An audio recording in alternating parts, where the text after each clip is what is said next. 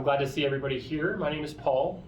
Unless anybody has an objective, I would like to record this in audio version. It's for a book that I'm writing. I'm writing a book about morality and how to turn it into a science and the steps that we would take to do that. And I use these roundtable discussions and events and such to get feedback and to collect that data. And then I can go through, and when I find commonalities and stuff, I can maybe add that to an appendices, or I can write in, I can address it in the book itself or whatever. So does anybody have a problem with that? Is it okay if I record this audio only? Is that all right? Okay. We're going to make both ways there, so. Well, just want to make sure I have everybody's consent. And that way, if one of you says something especially brilliant, then I'm going to put it in my book. I'm going to steal it. Okay. Yeah, that's right. So, this is a slide, actually, science, naturalism, humanism, and morality. This came off of American Humanist website. And morality there is defined in what I would call kind of a typical way, right? This is, obviously definitions are descriptive in nature, they're about common use. So that's not what morality means necessarily, but this is what most people think of when they think of morality. And it's interesting to me what's written there, and I can't quite see it, but it says principles concerning the distinction between right and wrong or good and bad behavior, and a particular system of values and principles of conduct, especially one held by a specific person or society. And you see definitions like this of morality all over the place. Here's another one, very similar. But notice in this definition, and I'll just read it aloud, the distinction between right and wrong or subjective assessment of either good or bad onto an action, thought, or belief. Now, as with the previous definition, it should be clear that most people think and use morality in terms of subjective, meaning this society has a morality and that society has a different morality, and I have a morality and you have a morality, and it might be different. But it doesn't tell us anything about how to figure out right from wrong. And it doesn't address anything about how, let's say you and I have differing moralities, and they're in conflict or they're contradictory. By definition, if we're in contradiction, one of us has to be wrong. Or both. Technically both, too. Yeah, and we don't know how to solve that. And none of the moral systems that we are privy to seem to have an answer for that either. So where do we start? That's really kind of the place I'd like to start at, is the beginning, right? So at first, we just have to realize that we have a lot of work ahead of us, right? We're not just going to walk out of this room with a full understanding, clarity in moral thought and moral methodology. But we can make some strides, right? And I already mentioned some of these things, right? We can't tell right from wrong in our current moral systems. It's all just he said, she said, or that's their culture, so that's why they do that. And we can't condemn or condone any behavior. And we don't have any real path. We don't have any direction, at least not now. There's not a system in place that tells us this is how we get from where we are to where we want to be, morally speaking. It's kind of just up to you, right? Or it's up to the culture you were raised in, or the indoctrinated religion that you were brainwashed into, or whatever it is, right? Whatever path you're on is largely your own, and most people, most of the time, don't even really feel comfortable challenging you. It's just that's how they are, right? I can't say they're good or bad. I wouldn't behave that way. They might say something like that. But they say, I'm not going to, that's their culture. Who am I to so-and-so? You've heard this, right? This all sounds familiar? So what I'd like to propose is that we make science out of morality. That we purposefully treat it as a science, and that we engage with it scientifically, and that we collect scientific data, and that we put it through the scientific method, and we subject it to peer review, and we find out what some of these answers really are. And then hopefully we could be smart enough to implement some of what we learn into our governmental documents, into our policies, and so on. So all of that is going to require soundness. We have to make sound moral decisions, and soundness is based on evidence. So as a new definition of what morality is, I would propose the following. It's an evidence-based system or methodology used to direct the thoughts, feelings, and actions of Homo sapiens towards promoting human flourishing while avoiding or diminishing human suffering. As a starting off point, there are a couple things to note here. We're going to be using evidence that's in the definition. That was lacking in all the other definitions. There's no word of evidence. There's no relation to evidence in any of the other definitions. The other is we're going to be using a methodology, specifically the scientific method. And this pertains to Homo sapiens. I use that word very specifically. That was picked because that does not leave anybody out. Everybody's Homo sapiens, right? If you've noticed in some of our documents, they say things like, we the people.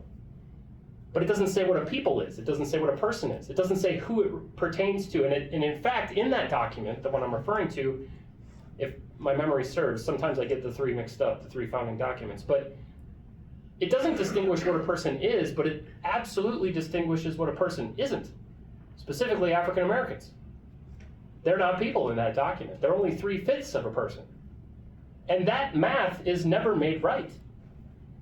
There's nowhere in that document that says we were wrong and they're actually people, or what a person is, or how we can determine what a person is. So it's important that we make sure we know what we're talking about here. We set the scope, right? So at its very least, and I'll add on to this, a sound moral system does not promote suffering. That's probably important to say, right? And that's in relation and response to a lot of sort of philosophers and those types of folks that like to say morality is a philosophy. So they say something like, oh, well, this is just, and then they pull out philosophy jargon. This is just deontological morality, mixed in with utilitarianism or whatever. And there's all this baggage that comes with that. So I'm just further honing this definition to give some clarity. And at its very best, a science of morality promotes intellectual honesty and integrity, and we'll talk about those words specifically, where all of our thoughts and beliefs and actions are in alignment with the moral evidence that we have available. So that's a tall order. But I think that if this was a system that we were to implement, we could potentially achieve that. I mean, we have a system right now that's pretty good at determining the shape of the earth, and still not everybody's in line, right? Some people still fumble that question. So I don't have delusions about what we're going to accomplish with a science of morality, but I would like to at least try, right? I think it's worth the doing. Science generally seems to be worth the doing. When we were asking, well, why would we go to the moon? What's on the moon? Well, as it turns out, a lot of that science ended up giving us the internet. A lot of those physicists decided, well, let's just build an internet so we can talk to each other quickly and easily, right? It's worth the doing, even if it doesn't seem like it right away, even if we can't convince a politician. So I understand there are some vague terms here, and I want to make sure that we bring clarity to terms like integrity, or human flourishing, or suffering, right? And we can address those in detail, but recognize, in order to understand what those words mean, the vague parts, the only way to get there is science. How are we ever going to decide what is suffering without a method like science? After all, the scientific method is the only way to understand anything. Name another path to truth. And for some reason, whatever reason, we are not subjecting morality to that path, to that methodology. We're just saying I'm moral, or I'd like to be moral, or I know I did something I probably shouldn't have done, but I did it because of this, so now it's justified, and so on. And it's all messy, right? Everything's a pain. It's all a pain in the ass. Pardon me. But I think we can subject it to science, and I think we should, and I think even the going through of it, even if we have a lot of detractors, would probably bring us to something of benefit. So I just want to put you there. Now, before I move on and give you just, I mean, this is as basic as it gets. And believe me, this crowd is beyond and above all this. For the most part, I know who I'm talking to, but not everybody is as savvy as you guys. And so sometimes I have to make things like ultra basic, right? Because some people believe the earth is flat or whatever, right? Some people need some real work to get just to the basics. So some of this you're going to look at and go, well, duh, right? And I apologize. I'm not trying to talk down to you, but I am trying to bring this to the masses. So before we move on to the moral continuum, which is just a visual representation of my definition and what I just said, and it's just to give something you in your mind to see when you think of the definition. Do you guys have any questions, or is there anything you don't like about the what I've said so far, or whatever? Yes, sir. Yes. So when you talk about science, how do you define science? The science of politics, the science, engineering type science, technical? Well, we're going to talk about exactly what kinds of sciences and how science can reflect on morality, but I mean, I define science just like everybody else defines science. It's a methodology for understanding the truth and gaining knowledge. It has multiple branches. It's physics and chemistry and biology and psychology and neurology and all that, physiology.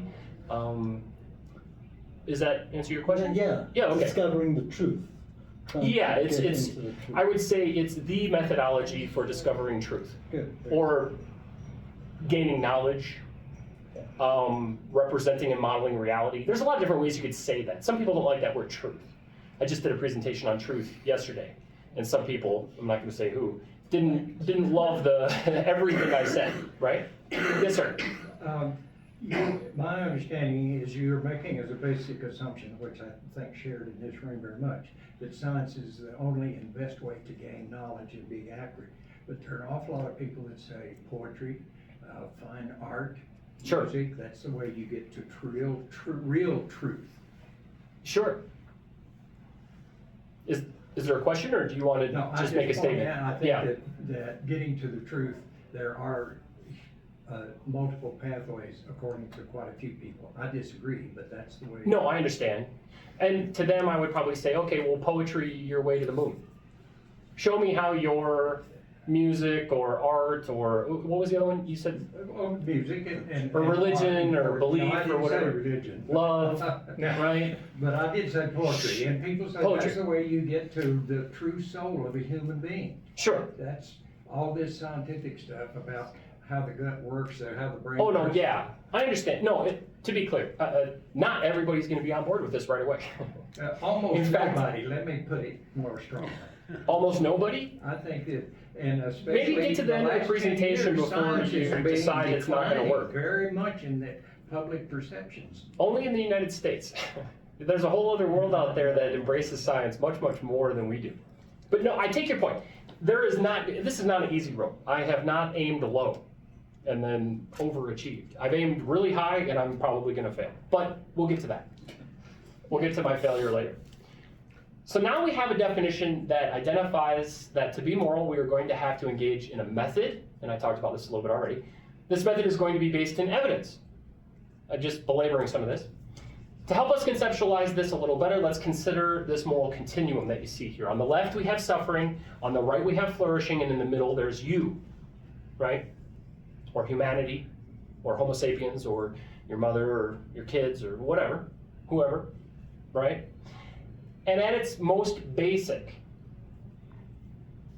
morality does relate to the individual, but whole groups of people, because we're all the same thing, can be put into that place.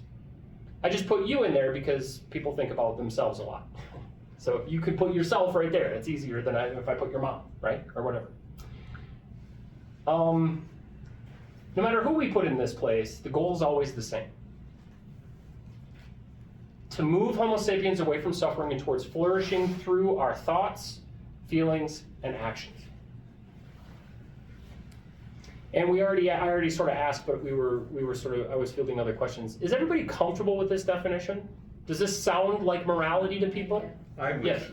I think you're restrictive on morality, because what if we met aliens, or whether it's Oh, okay sure. to torture animals, or No, whatever. that's a very good I point. don't like restricting it. to No, and humans. I restrict it only for the purpose of the book, only for the scope that I'm now appealing to Homo sapiens.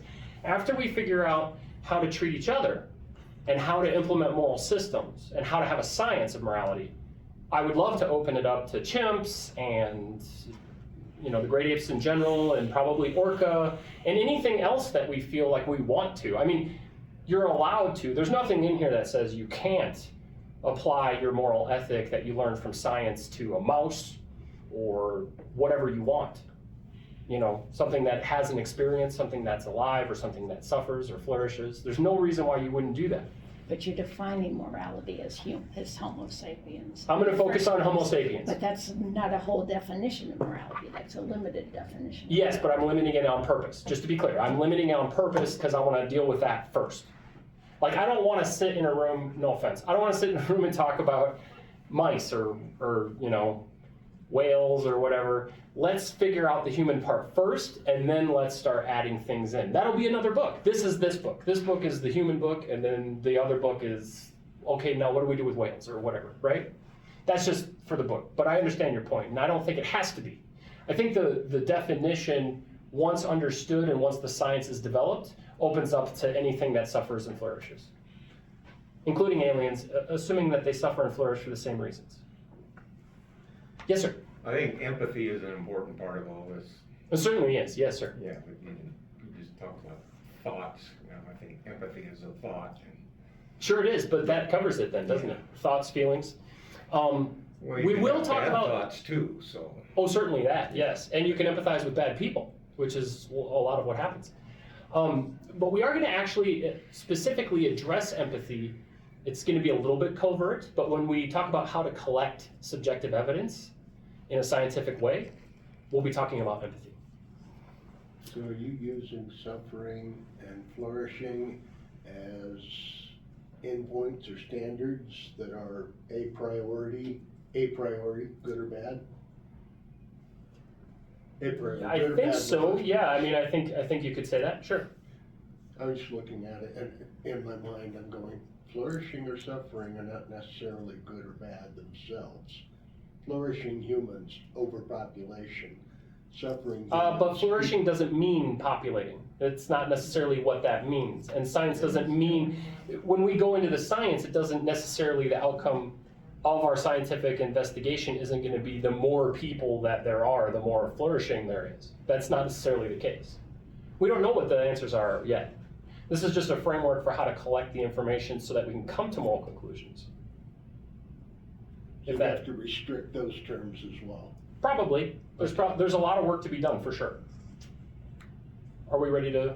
Yes, please. Okay. So what are some benefits of this definition? Well, and this isn't a benefit for you necessarily, but it could be opened up. I just want to make that clear. I do take your point, and I agree with you. But just for the focus of the book and for this presentation, it is focused on Homo sapiens. It's not vague in the way that those other definitions were vague, in the way that our Constitution is vague, for instance. It relies on evidence. That's huge. It's scientific in nature and copies the scientific method. And it's flexible enough to include all of humanity. We're not going to be 3/5thing anybody out of this. We wouldn't have any cause or reason to do that. We wouldn't have any evidence to demonstrate that we should do that.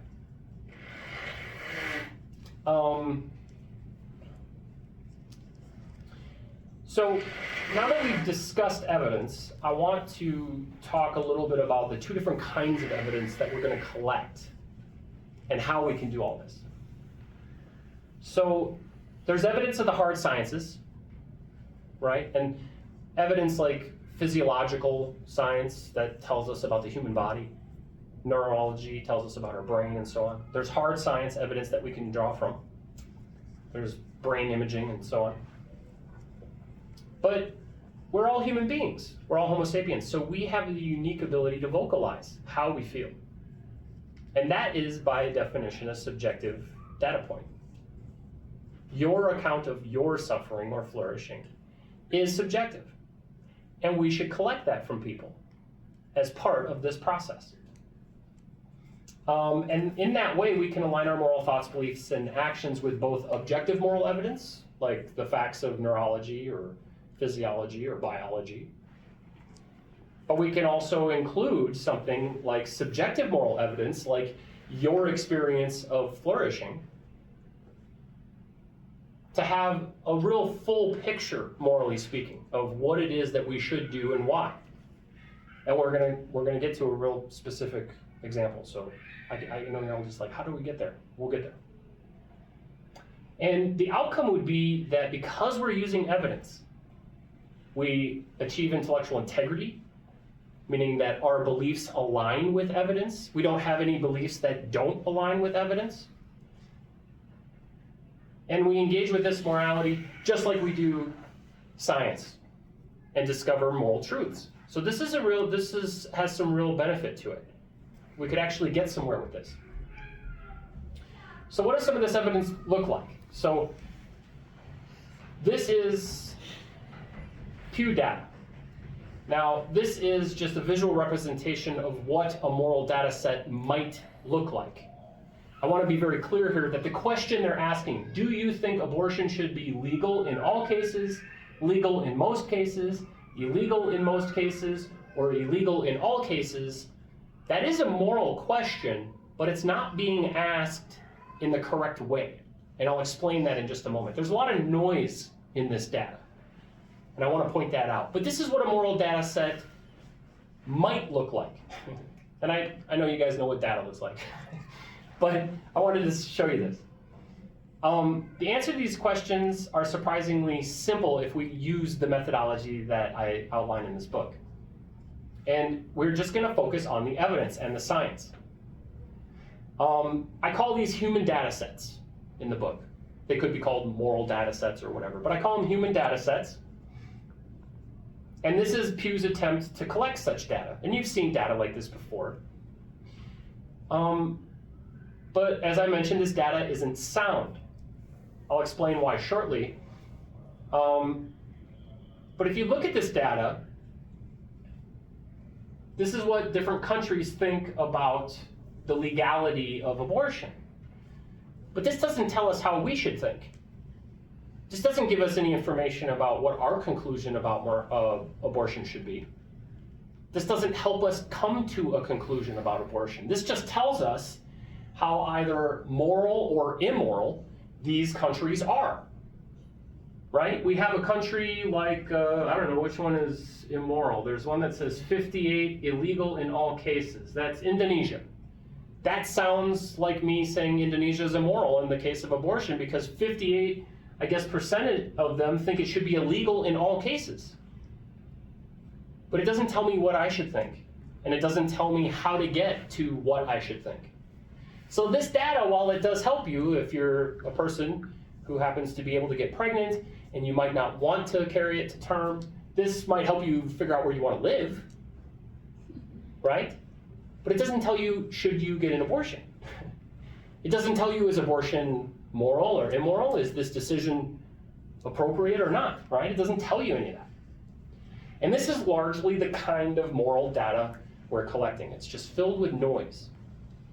It does have a purpose, don't get me wrong, but this is subjective moral data that's collected, and it's got a lot of bias and bigotry, and it's got a lot of false belief, and it's baked into it because of the way they ask the question.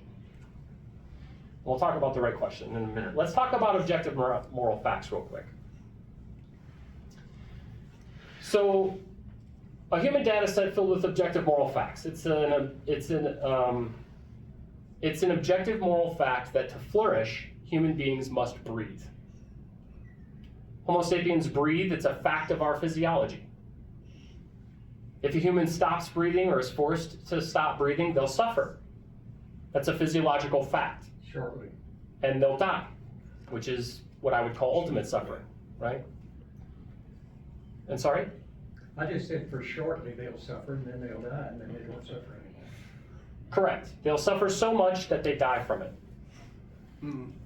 Again, this is an objective scientific fact. No. If you put them to sleep immediately and then they die thereafter, no suffer. You put them to sleep like that. Well, they'll die, and that They'll is die, suffering. But there's no, well, if you're defining death as suffering, Well, we'll get there. okay. We'll get there. But these are scientific facts. The physiological facts of human respiration are a fine example of objective moral facts that we would use and include in our data system and in our morality to determine how we should act and how we should behave and how we should think. And this is a hard science. It's very firmly understood, and how the human body responds when it's in a situation where it's lacking oxygen versus when it has plenty of oxygen. And this is all measurable.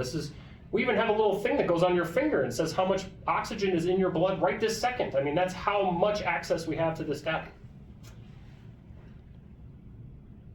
So this kind of data, this kind of objective data, gives us a lot of parameters from which to work with, morally speaking. We can use oxygen and the reality of human respiration to cause flourishing, or we could use it to cause suffering.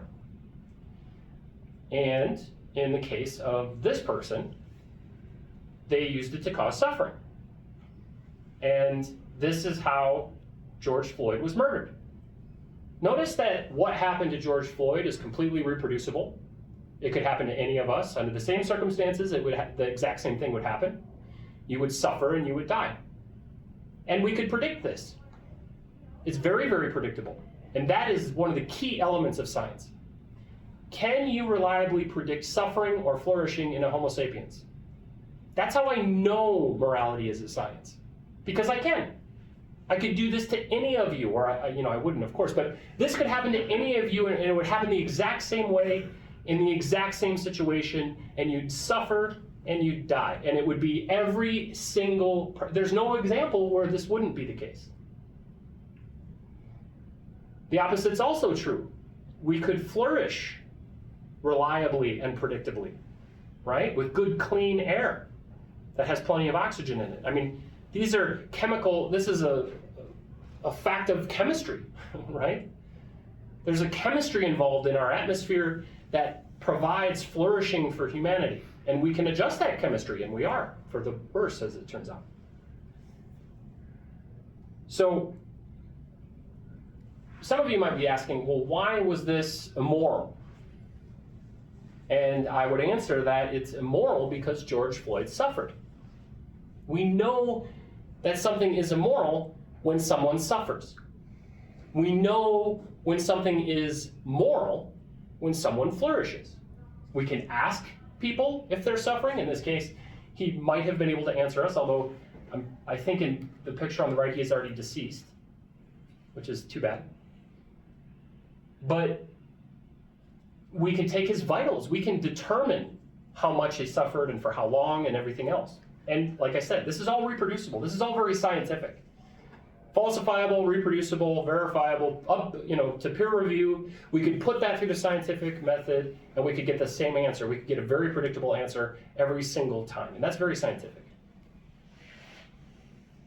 Let's see. I got Yeah, please.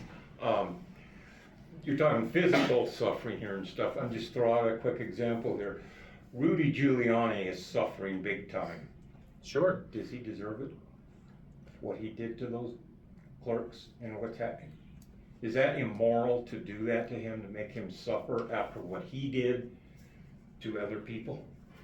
Well, when you say deserve it, there isn't a lot of room for what you deserve in science. If we're going to talk about a science of morality, the question is Rudy Giuliani, Rudy Giuliani, is he suffering? And is this needless suffering? Like, why is he suffering? Is it really necessary that Rudy needs to suffer too? Like, how many people need to suffer in order to make the suffering of another person justifiable or warranted, or does he deserve it? I mean, if we can nullify the situation and engineer a scientific solution so that Rudy Giuliani is not causing people to suffer and he himself is not suffering, that's a better outcome. That's a better moral outcome. I'll go along with that, yeah. Sure. But does he deserve it? I mean, that sounds like it's... Is his that sounds suffering moral or immoral? Well, if it's suffering, so it's immoral. Okay. That's what I would say. I mean, if you cause suffering, if a system or an institution that we have causes suffering, it's an immoral institution. It's an immoral action or immoral thought or belief, especially when we have a way, science, to engineer a system that doesn't generate suffering, even as a response to suffering. Like, you know, Giuliani, I don't know exactly what you're referring to, but Giuliani caused suffering and he's being punished, right? Yeah, he's losing everything he owns. Okay, yeah, okay. It's mental suffering. I'm It's getting not more physical. familiar with what you're saying. Yeah, I don't care that much about Giuliani, but I understand what you're saying. And what I mean is I don't like follow the news to find out what's happened to him today. But no, if there's a way to resolve the issue and eliminate suffering, the only way to find out how to do that is through science. The only way, and we need to try to engineer that system. Right now we have sort of a lot of, well, good enough for now types of solutions that we haven't scienced our way out of yet. And people want to, you know, well, but that guy's a murderer, he should be in jail, and I don't care if he suffers and stuff like that. And that's okay to say that if that's what you want to say, but it's probably better if we engineer a way where that person doesn't suffer. And maybe they actually thrive. Yes, sir. Do you consider pain to be suffering? That would be, yeah, that's generally yes. I mean, the physiological facts of pain are that it causes suffering, but it here's also- where we would want subjective data as well. Well, To I back would that up. argue that biologically, pain is a very important positive, not a negative. That if you bump up as a child against a hot stove and burn your hand, you have learned and Sure, sure. So suffering can be, in pain in particular, Sure. can be an essential, not a bad, an essential positive to But human. but if there's one good thing about science is that it takes the things we inherited from our evolutionary past and it helps alleviate the parts we don't like about it, the parts that cause us suffering, right? So if you can get pregnant, you're going to suffer during that pregnancy. That's part of being pregnant. But thanks to science, you can now take a drug during the delivery that eases that pain, it eases that suffering. If the goal is to ease the pain and suffering, which I think it should be, generally speaking, and this is a little bit more general, like if you were to ask somebody, do you want this pain, and they said yes, now you've got a subjective data point that allows for that pain. But generally speaking, I mean, yeah, pain's not good, it's bad for you, it hurts, and enough of it will cause you to die. And yes, it does have an evolutionary past, but recognize that if you say because it's what evolved into us, it's how we evolved that makes it good, you run the risk of the naturalistic fallacy, but I mean, I'm not convinced that the naturalistic fallacy is really that big of a deal. It kind of runs in one direction and not the other. But anyway, we don't have any choice in whether or not we feel pain. We feel pain. What we do have a choice in is whether we want to continue to feel pain, right? Sometimes. And the science of the matter is how do we engineer systems where we can minimize pain for those that want it, is what I would say. Does that answer your question? I take your point, but Yeah, I disagree, but I understand. yeah, okay. Well, you certainly wouldn't prescribe pain for people that don't want it, just because I think it this is is good for you whether prescribed. you want it or not. You will put your hand on that stove. You wouldn't do that, right? Now, our evolutionary heritage requires and gives pain a very prominent, positive place. That's all I'm saying. Well, and the science vets that out. But again, you wouldn't hold a child's hand on the stove. No. No. And if you saw a child reaching for a white hot stove, you wouldn't just bite your tongue. You'd go, please don't. And maybe show them a different way that doesn't cause pain that's hot.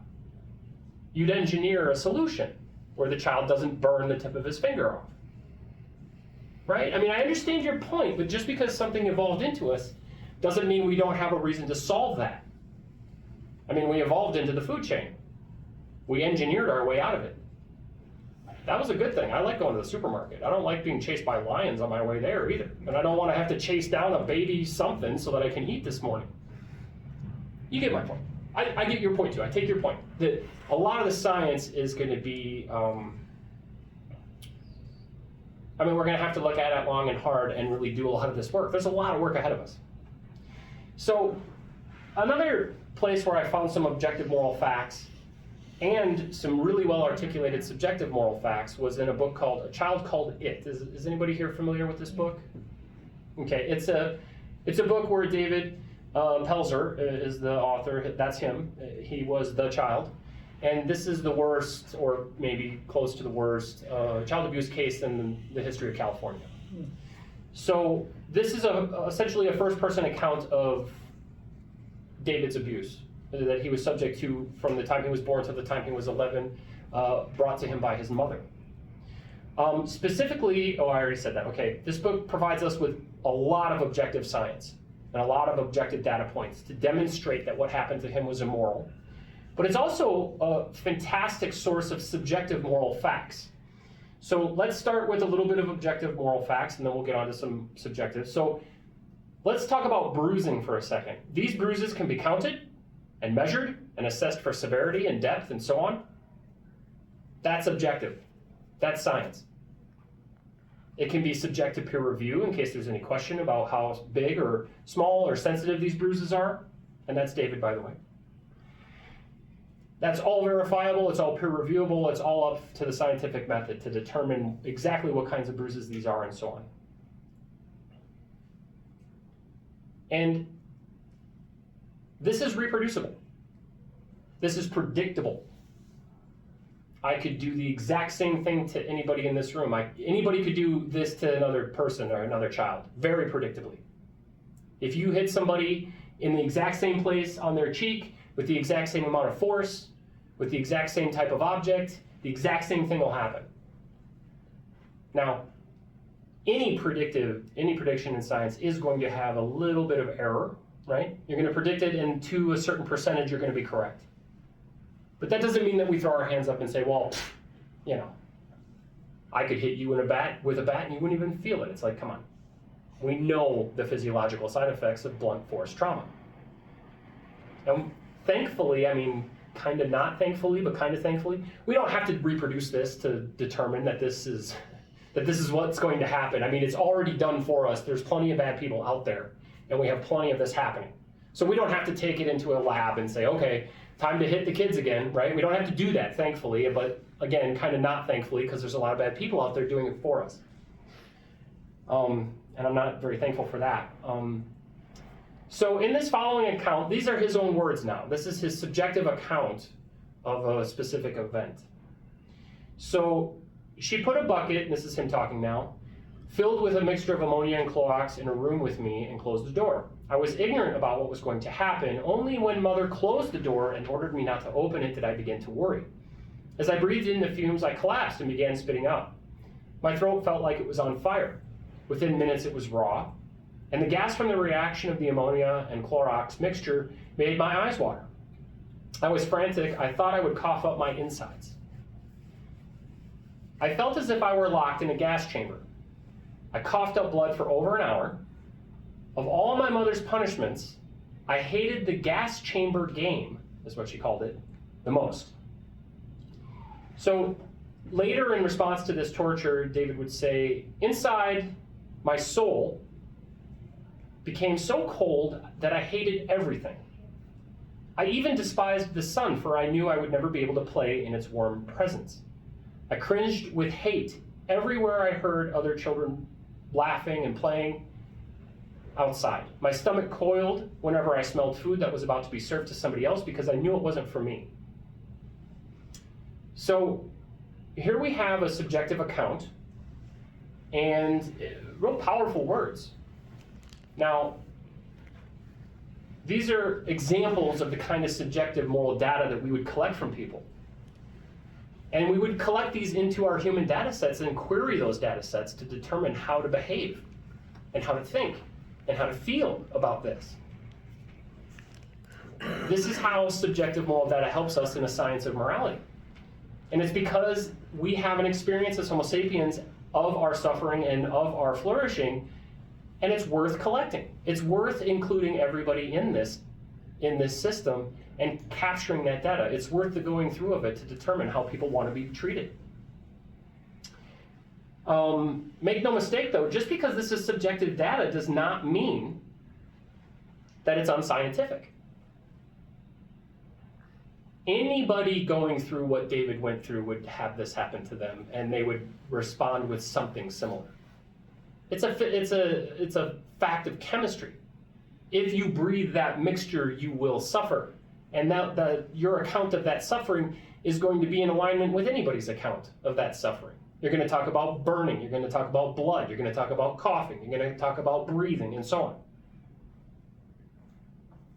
And this is all, like I said, producible, reproducible, falsifiable, up to peer review, and very, very predictable.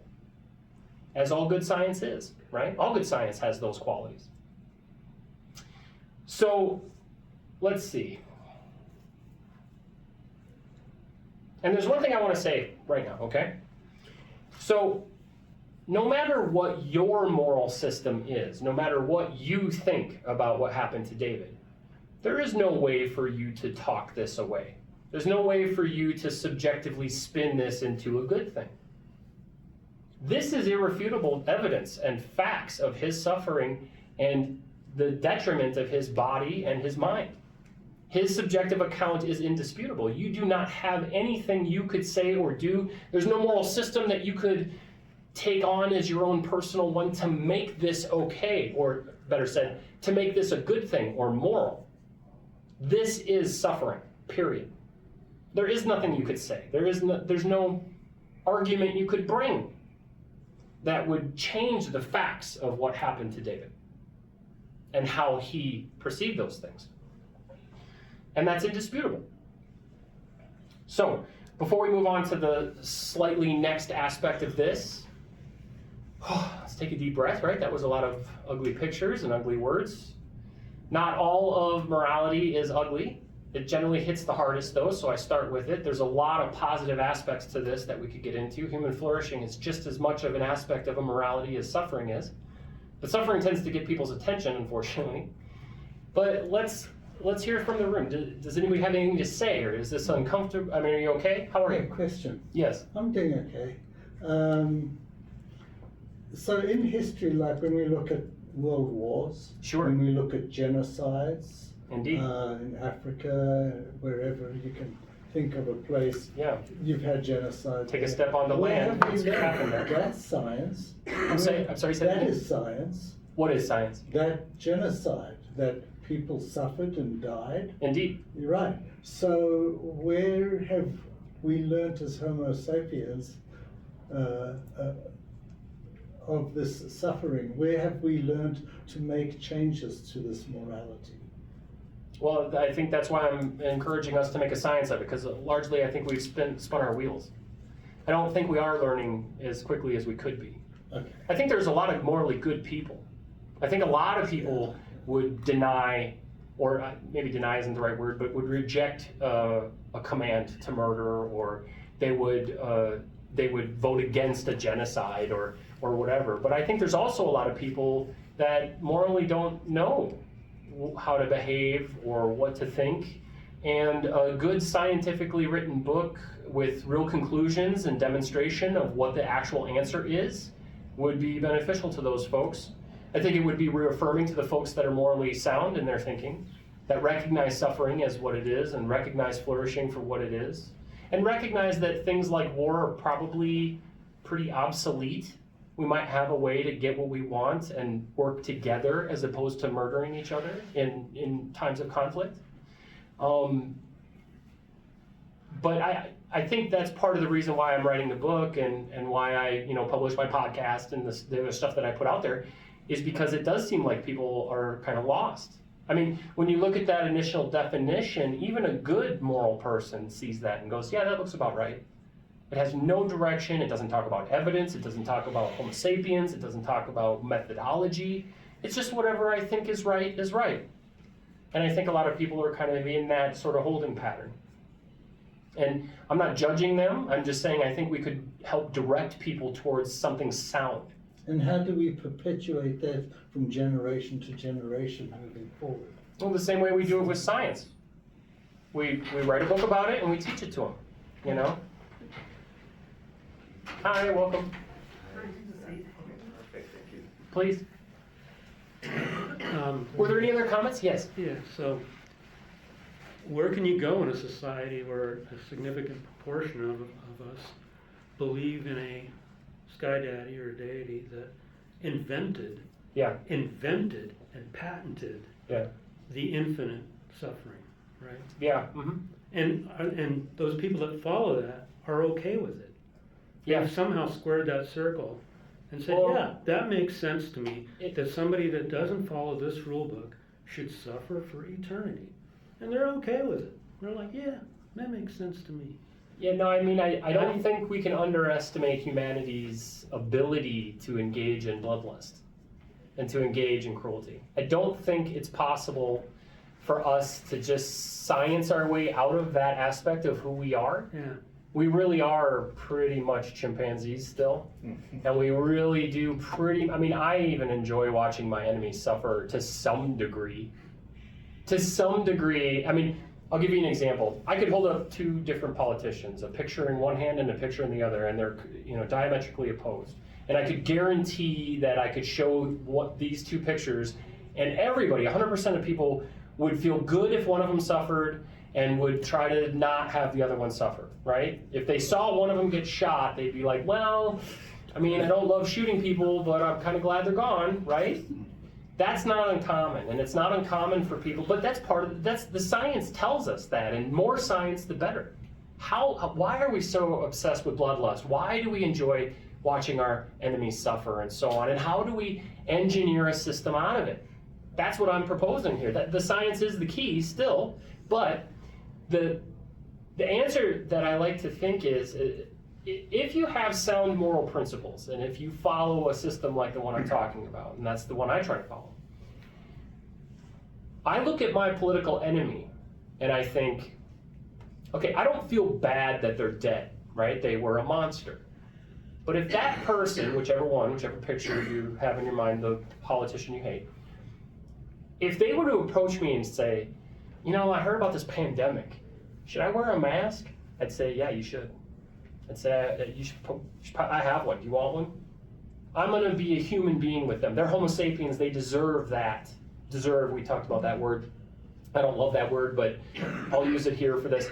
I have a moral obligation to help them and protect them and to guide them. And if they want to live and they're asking me, how do I do that? Then I say, here, this is how you do it. I have that responsibility, right? Even though I know that they're my enemy, and maybe an enemy to humanity, they're still a part of humanity. That's a part of who we are. Some of us are evil. Some of us are stupid. Some of us are poorly educated. There's a lot of reasons why somebody makes bad decisions, and I'm not convinced that we should be destroying our enemies as much as we should be converting them. Oh, I agree. I'm not sure, though, what the solution is, but if one of these two politicians approached me, either of them actually, whether I like them or not, and said, what should I do? We're in a pandemic. Should I wear a mask? I'd say, yes, you should. You should wear a mask, and you should get your children in masks, and you should probably shave so the mask makes a good tight fit around your face so that it doesn't get under the mask. Like, do all the things, read the CDC website, go to the part where it says what doctors should be doing, and mimic that. Don't put on booties, but put on the mask, put on the gloves, whatever, right? Does that answer your question? We are going to experience bloodlust. What do is you try to reason with people, you try to morally connect with them so that they see, oh, you care about me. Right. Maybe I should care too. I guess what I'm trying to say is that if you're already predisposed to a story, Yeah. you've invested your whole life in that story, and your whole social structure Yeah. is built around that story Yeah. and belief of that story. Science doesn't matter to those people. No, you're right. They don't care. But they care won't about the benefit from narrative. it. And they feel it's their moral obligation to spread that. Yeah. Right. It's their narrative. But they will benefit from science. The good thing about Oh, they science... do all the time, yeah. The good thing about science is that it kind of goes on in the background whether you like it or not. Once it becomes established, people become sort of a part of an engine that moves along in the background. Now, it can be stifled through certain movements or political, opposition or whatever, but the science still goes on in the background. So once it's established and it's moving, the gears are working, a lot of the times that science will maintain its course whether or not people care about it or not. I mean, I love science. I love cosmology. I couldn't tell you what the latest paper said because I didn't read it. I'm not in it right now. I'm focusing on this. I'm doing, I got a dog. We go to the park. There's a lot of stuff that we do. I love cosmology though. Big Bang cosmology is one of my favorite topics of all time. And I have a whole chapter about it in my book. But I don't care like in the sense that I'm on top of it. But I take your point. I mean, what do? We do the best we can. We try to reason with them, and we set up a society where they can be successful too. It's going to be really hard to deny my moral science when you're directly benefiting from it. I mean, there will be deniers. There are still people that think the Earth is flat. There are deniers, but hopefully through sound science and meaningful direction, we get to a place where people that deny science of morality are like flat earthers. Yeah, they have a convention, but nobody listens to them, or hopefully, I mean, in this country, maybe.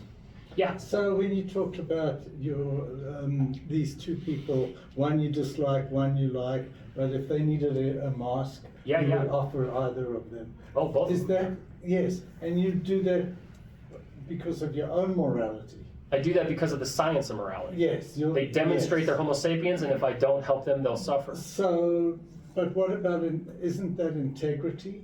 For example, you could turn a blind eye to that one time or something like that? Well, I mean, I talk about integrity and intellectual integrity and moral integrity in the book. Okay. We talked about it very briefly. I mentioned it. Okay. But by coming into alignment with the science of morality, you come into alignment with this integrity as well. Okay. I mean, you can't reasonably reject somebody just because you don't like them, in other words, right? I mean, they're Homo sapiens. Okay. And as a moral person following a science of morality, you would be obligated to help them flourish. Especially, I mean, you could get into some interesting moral calculations if you're maybe not helping them, but they didn't ask you, or you know what I mean? Like, there are some things you could tweak a little bit, and maybe, that's one of the weird things about morality, especially philosophy, is people tweak it all the time. You hear the trolley problem and they say, well, what if the one guy's Hitler and the other guy's your mom or whatever, right? Like, there's all these tweaks that they make to tweak your intuitions, but I'm trying to cleanse it of intuition as much as possible and ground it in the science. Okay. Yeah, that's the idea anyway. So how many of you are from, is it time to move on? Should we move on to the next slide? Okay. So how many of you are familiar with the golden rule? Probably quite a few of you. The version is better. I'm sorry? The newer version is better. What, sorry? The newer version. What's the newer version? The newer version does not say that you do to something that you would like. If I like somebody to play me loud music, that doesn't mean I should play loud music to them. So that it's reversed the other way. It's that's the next slide. Okay. You got it figured out already. You're already 2 slides ahead of us, dude. Come on, give me a break. I apologize. No, that's fantastic. I'm glad people are jumping ahead. That means this is making sense. We need to figure out though. Let's address that idea of subjective moral data. How do we collect subjective moral data that isn't filled with noise? Remember that data we looked at, that Pew data? It had all that noise in it. It had all that bias and bigotry baked into it. And it didn't tell us what to do. It didn't tell us how to behave or what to think. So we want to get to these indisputable facts, like the ones we've described, the child called it, David, and the others. It's going to take a slight shift in your thinking, and you're already ahead of us, so that's good. But right now, we largely collect data based on the golden rule, and I think that's bad. That's a bad idea. I think we should ask questions a different way. But let's just ask a quick question the way we ask it now. So we ask now a question in this way. We say, what do you think should happen to those people? Right? That's how we ask moral questions right now. That's how that other one was asked. It said something about abortion and should it be illegal, but it didn't say, are you pregnant? It said, what do you think should happen to these pregnant people? Right? Or these unborn people.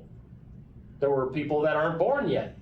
They're people too, and what should happen to them? So we're now prescribing morality onto others. And as long as we're collecting data, that's probably not the way to go.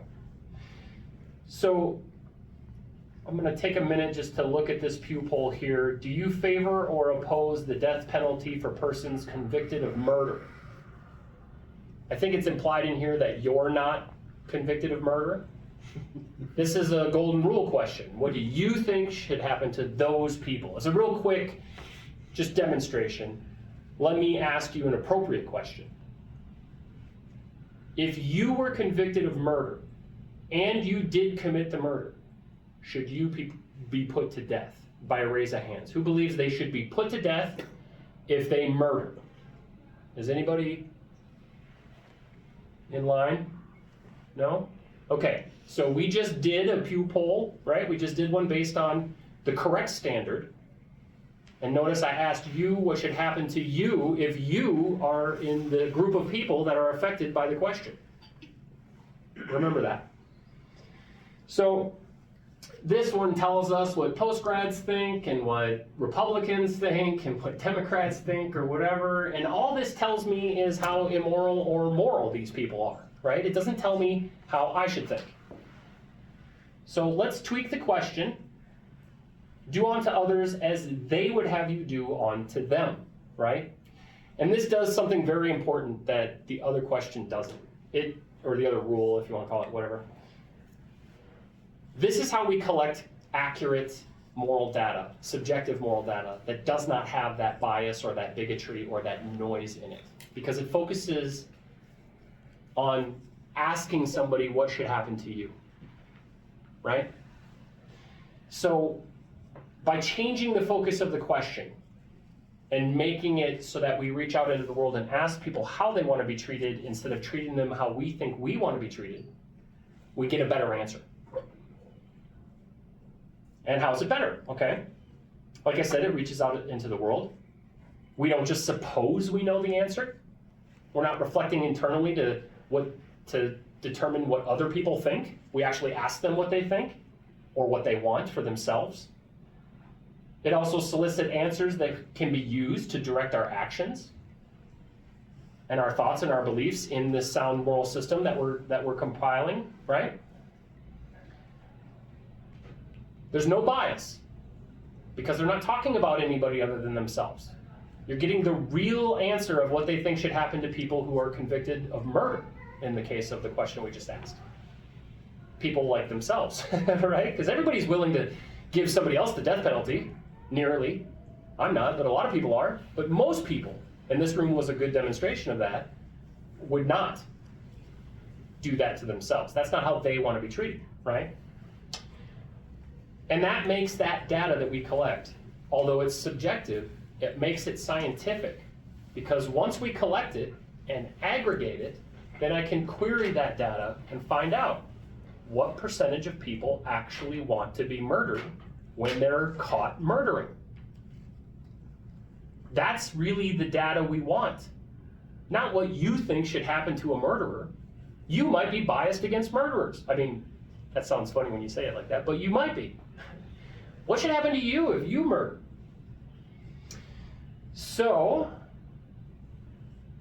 we already talked about this, right? This is the actual way to ask the question. I have a question again. Yes, please. So when you asked us that question, no one puts up their hands because we have learnt or we have over time decided or live in a society that says, yeah, we don't want to murder people, we'd rather rehabilitate them. So now we've got this moral, if you will, that Sure. So yeah, we don't want to die ourselves, but we also don't want others to die. Correct. Well, isn't that biased a little bit? Because now you're asking an audience who has a certain moral already. Well, it's... If you went to Africa, maybe you wouldn't get the same answer. No, maybe you wouldn't, but I want that data anyway. I want all the data. I want to ask everybody all the questions. I know that's ambitious, but I really do. I want to ask everybody all the questions and find out, what does humanity think should happen to itself? Does every human being think that they shouldn't be murdered if they get caught murdering? Or is there a significant proportion of people who do think they should be murdered based on being caught murdering? But if you say what should happen to her, that's very biased, very clearly and automatically. There is no way to unbias that statement. The only way to clean that data of that white noise is to just focus on each individual and what they would have happen to them. And you're right, we still can't get rid of the bias completely, but at least we don't have bigotry and hatred and false beliefs and other things baked right into it, right? Which is what we get with this Pew data. Why do Republicans want to kill so many people? Well, it probably has something to do with their ideology, right? Why do Democrats not want to kill so many people? It's probably but that's their bias. It's all baked in. And it guarantees that you get that noise in the data when you ask somebody what should happen to somebody else. But it minimizes that white noise when you ask them, well, what should happen to you? And it just so happens that this room and most of the rooms that I present to don't want to be killed when they're found guilty of murder. But interesting note, the Death Penalty Information Center, that sounds interesting, pulls this data from people who are on death row. And as it turns out, 10% of them do think they should be killed for what they've done. 90% of them do not. So this is still, though, so we know that 90% of the time, if we kill somebody who's committed murder, we are being immoral. We're doing something they don't want done to them. We're causing suffering and they don't want to suffer in this way. Yes? Well, I'm just wondering when they interview the inmates or whatever, what if they just don't want to die? And that's how they're answering. I just would rather live. Of course. Maybe it has nothing to do with, meta justice or something. Justice for them is just. Well, we're not talking about justice, we're talking about science. And we have to ask people, do you want to be murdered, to determine should we murder people? Yeah, in the question though, it's about, are they deserving of death, right? That was what they said they asked The question that I asked was, if you were convicted of murder and you murdered somebody, should we kill you? Right. That's the a different question. question from what you asked. You asked, do you want to be? Would you want to be? And then you just Okay, well, should you could ask the same question a few different ways, but Well, do you want to be put to death if you're caught murdering? Right, okay. But that would be a different question from asking me, do you think you deserve it? Right. I don't want it, but do I deserve it? Yeah, I think under the situations I do. I don't want it, but We could ask 20 different questions to figure out exactly what that person wants and needs and thinks and deserves. yeah. And we could still put it into the database and then query it to find out how we should behave towards them. But you're right, yeah, there's different ways these are moral questions. There's a lot of different ways we could ask them. But one of the things, interesting, if you follow true crime and you watch people getting interrogated by police, guilty people are often asked, well, what do you think should happen to somebody that does something like this? They don't know that they haven't confessed yet or whatever, but the cops are like, we're pretty sure it's this guy or this girl or whatever. What do you think should happen to people? And they go, oh, well, it shouldn't be that bad of a punishment, right? But when they say, well, what if somebody killed your kid? They'd go, well, I'd kill him. You know what I mean? It's very easy to delve out death and punishment to those that you don't know or another group of people. It's very difficult to admit and own up to it yourself and claim and proclaim with any force or integrity that you should be killed. You yourself, right? So this is interesting. So let's run the experiment. We did an experiment in this room. We already know about physiological facts of humanity, right? So let's query the data. This is sort of an example of what we might do. So we've collected some data. And according to the objective moral facts, 100% of data returned demonstrates that human beings suffer when they're murdered. Right? Physiological fact. If you're murdered, you're dead and you've suffered because of it. Again, I can't get that. It's murder. Murder. Right, You didn't volunteer, you were murdered. right, but. It doesn't matter if I put you to sleep first and you feel no pain. You're dead. You have nothing to live. There's nothing about you. You're nothing anymore. Yeah, but why is that suffering? Yes, my sense. So you're saying, let me just make sure, I'm going to kind of put this back at you. If murderers all just used a general anesthesia first and you didn't feel anything, then murder would be totally fine? I mean, it's still suffering, you're dead. You don't have any experience anymore. You can't live, you can't do anything. You don't suffer after you're dead. You know, like a Well, you don't suffer after you're dead, but What if, all the science demonstrates that people don't want to die very generally, right? Like there are people that do want to die, and that's where we would get this subjective data. We'd say, okay, you're at this time in your life or whatever. Do you want to be put down? Do you want to die? And this is the death with dignity that we get, and so on and so on. And they usually want a general and then be put under. They want some sort of ease of pain and suffering. But murder isn't like that. And guess what? well, Murderers don't do that. Murderers don't put you to sleep and then nicely kill you. They murder you. They blunt force trauma your head like that child. So, I mean, I get you're wrestling with it and these are particulars, but let's not lose the fact that people actually die of blunt force trauma. And they get their throats slit and they get shot in the face and stuff like that. I get what you're saying, but as a general rule, 100% of people who are murdered suffer. That's what the data demonstrates. Show me the murderer that nicely puts you to sleep and then lays you down and then ends your life and everybody's super cool with that. yeah, you could shoot them right there. They'd be, Yep, that's what I was gonna say. All right, we'll take that as a comment. Thank you. yeah. Sir? I think part of it's the language of suffering that's causing the hang-up. Oh, sure. If you say Absolutely. flourish at one end and failure to flourish, of which an example is being murdered, that's failure to flourish. That's the way I would draw your. Oh, sure. No, just do that in your head. Just pretend like that's what I I'm said. suggesting Whatever that. makes it easier for you to digest. No, I get it though. I'm not very articulate. I'm not a writer and certainly not a scientist. But okay, other than that murderer that nicely kills you, 100% of people that are murdered suffer, right? Other than that one exception. But 100% of people who die suffer, right? In that sense. Correct. So like murder, the suffering is unrelated to whether it's willful or unwillful. Well, correct. Yeah. Yeah, no, you suffer, yeah. Well, I think what you're sort of getting at, I can hear it, is So definition of pointless suffer, that's suffering. giving away the problem. Needless or pointless suffering. That's another way to say it, sure. Yeah. I don't think you need to, but you can. It just sounds like a qualification of suffering that might be a little, I do use that in the book a little bit, and Okay. I've dropped it.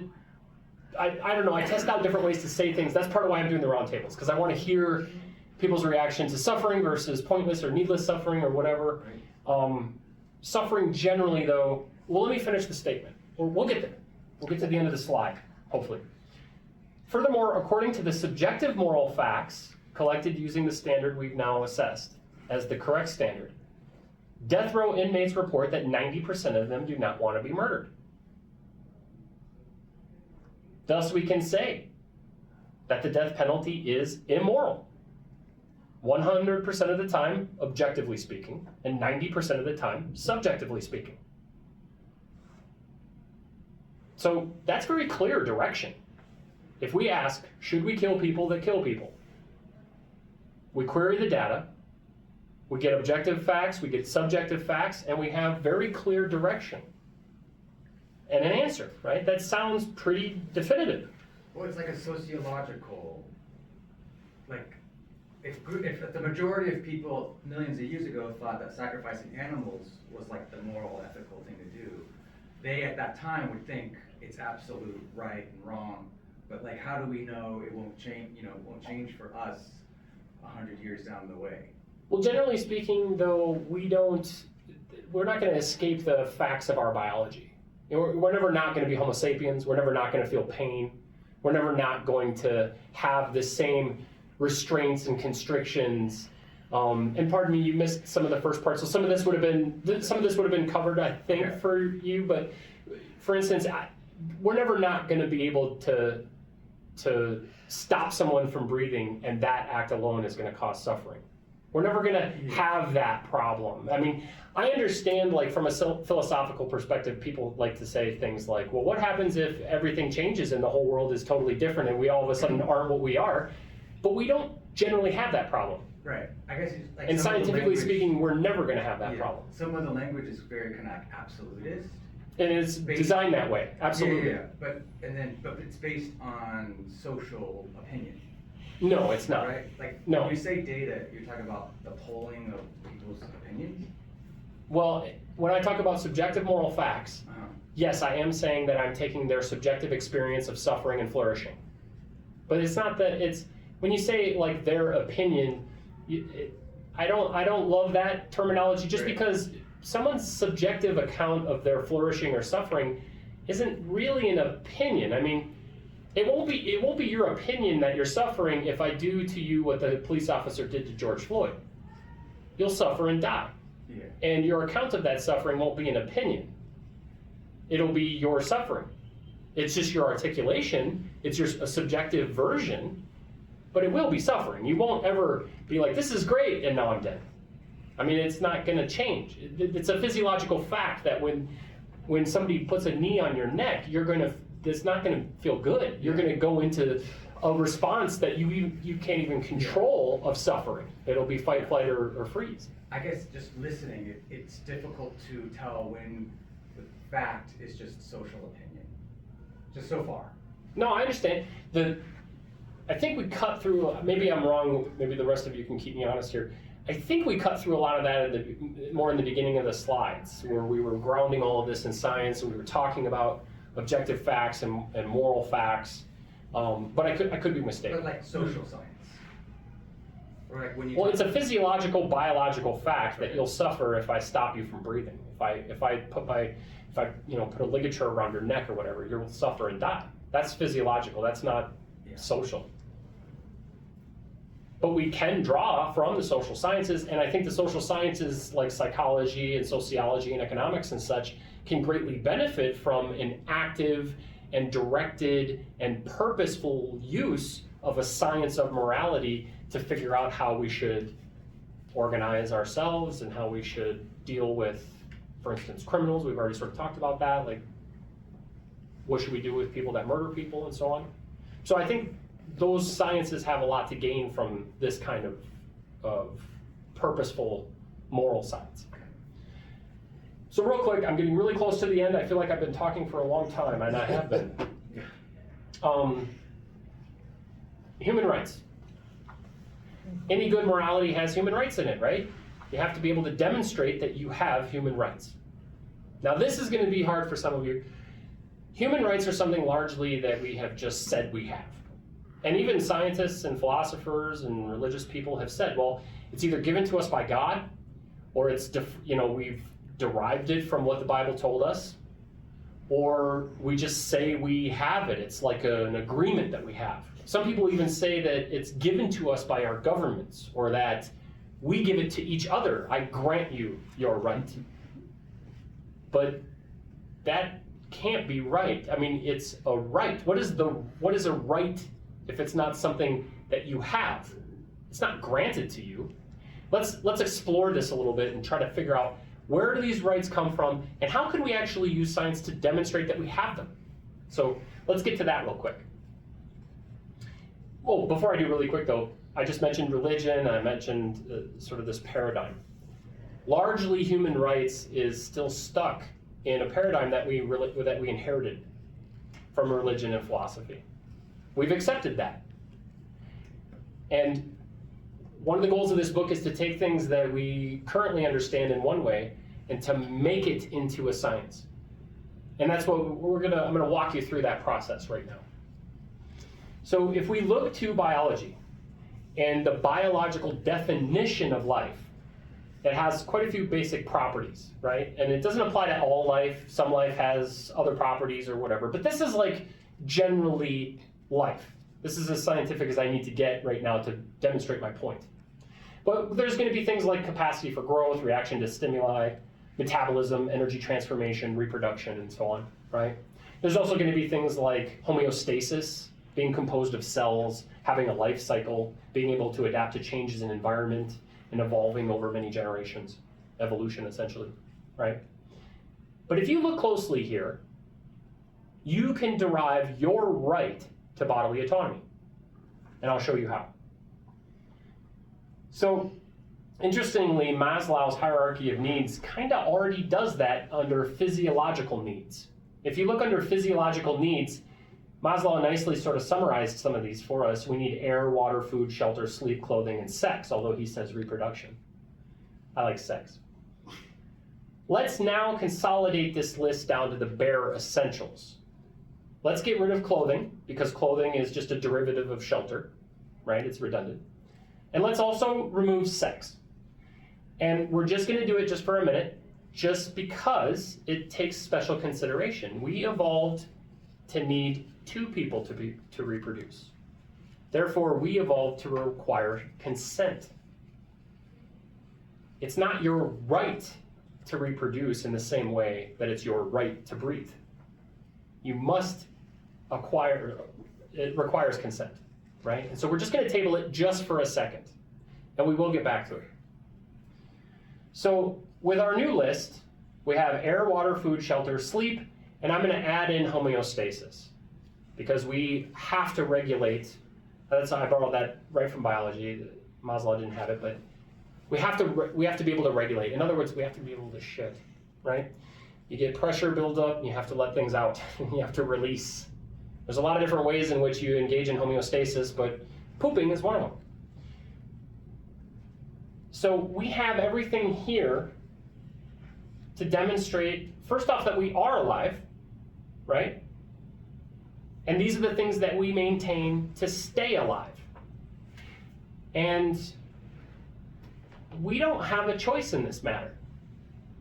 You don't get to choose that you need air or water or food, or that you're going to metabolize, or that you're going to engage in homeostasis, or that you need to sleep. And so I would pose to you that a right is something you must do. You have no other choice. Because what is a right if it's not something that you have to do? How could you ever be expected not to? Who would ever come to you with some sort of elaborate philosophical argument that would convince anybody or in any way demonstrate that you don't need to do all of these things? And we don't need to grant you any of this. This doesn't need to be given to you by your government in the sense of like, it doesn't have to be written into a document just so that you have it. These are the facts of your biology. You will do these things. That is a guarantee. You evolved to do these things, and you had no choice in the matter. And I would put to you that that's what a right is. And when we take all of these things, there's one theme, and that's bodily autonomy. That's already a concept.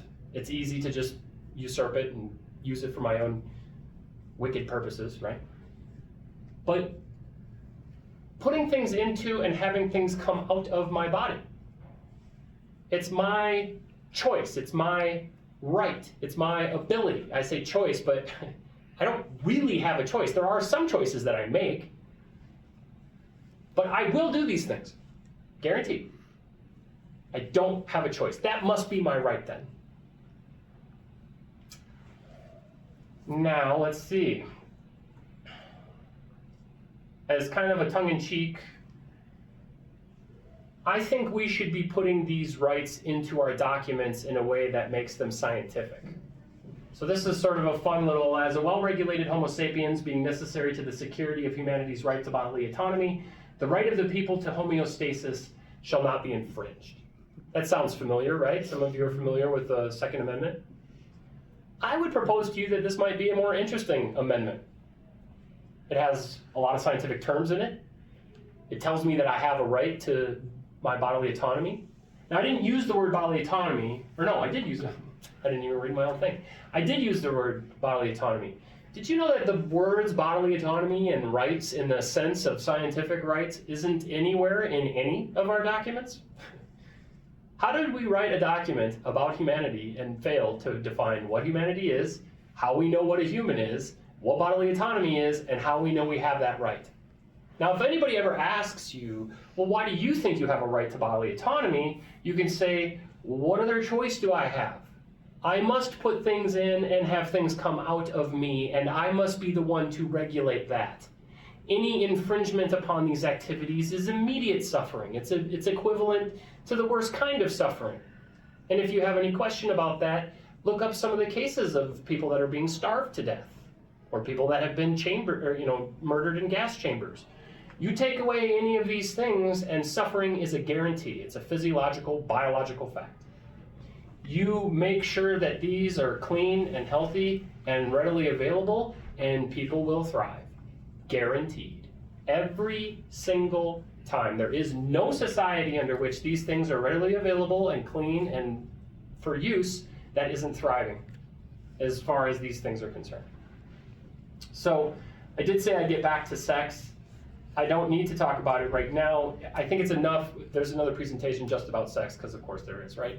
But we did evolve to require consent. And so while it is part of our biology that we reproduce, I just want to put that as like a kind of final stamp on it. The right to somebody else's body is up to them to grant to you. And you don't have any kind of claim just because it's in our biological definition of life. And we can demonstrate that too. Anyway, this is my podcast and my YouTube channel. I put it on here before. I don't know if anybody even watches it or goes to it or whatever. That's just a goofy, I found that painting online that I kind of liked. Anyway, so that's how to get to it if you want to listen to more stuff that I do. But let's open it up. Let's open up the floor. I've been talking for way too long. I feel a little uncomfortable about that fact. How do you guys feel about what I talked about? Let's just open it up, please. Feel free to speak. Yes? The one term that I like and I use a lot when I discuss such things as evidence that I did not hear used here is the term demonstrable evidence. Oh, okay.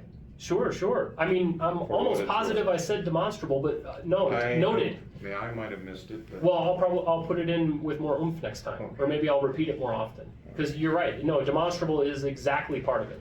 Okay. It's part of the scientific method, and ultimately, if we're going to be skeptical, right, demonstration's required.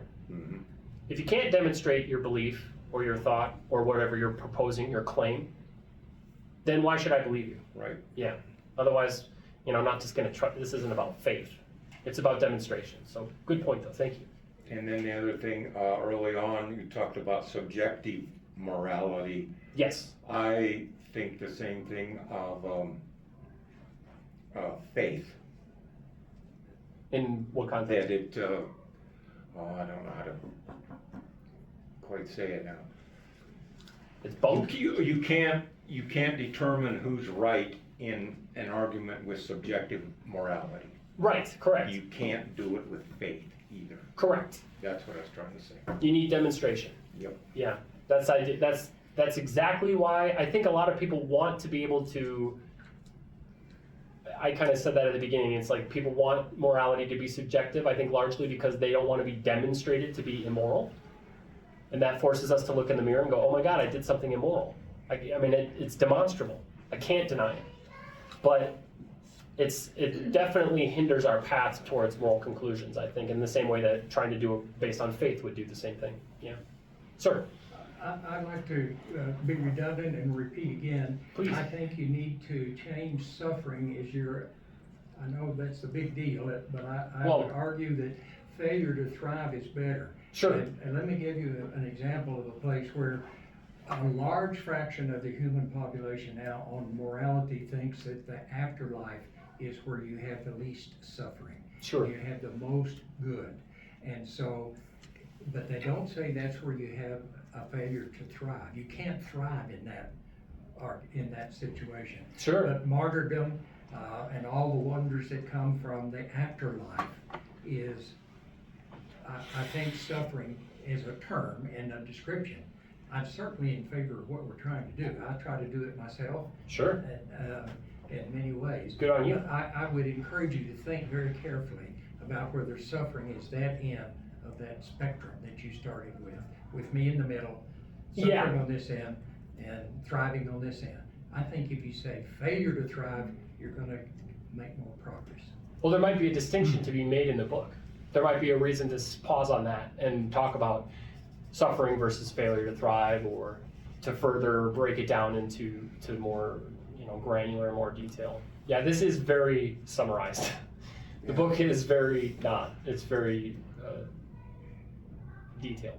But anyway, yes, sir. I'd say that one would probably actually be good, thrive versus failure to thrive, because when I was looking at flourishing and I'm thinking, well, if you get plenty of food, you don't feel hungry, that's kind of flourishing, but then if you get fat and unhealthy, that was too much flourishing, you didn't do well. But thrive necessarily includes, you know, the healthiness, the, you know, best condition of whatever it is that's thriving. Yeah. It's not merely flourishing.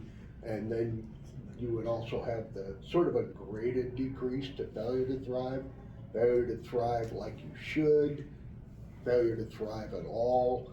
So it just sounds like a term that is a little easier to scale. And it is in medical literature, that phrase, failure to thrive. Yeah. Yeah. For, especially Very for much. the developmental stages of children.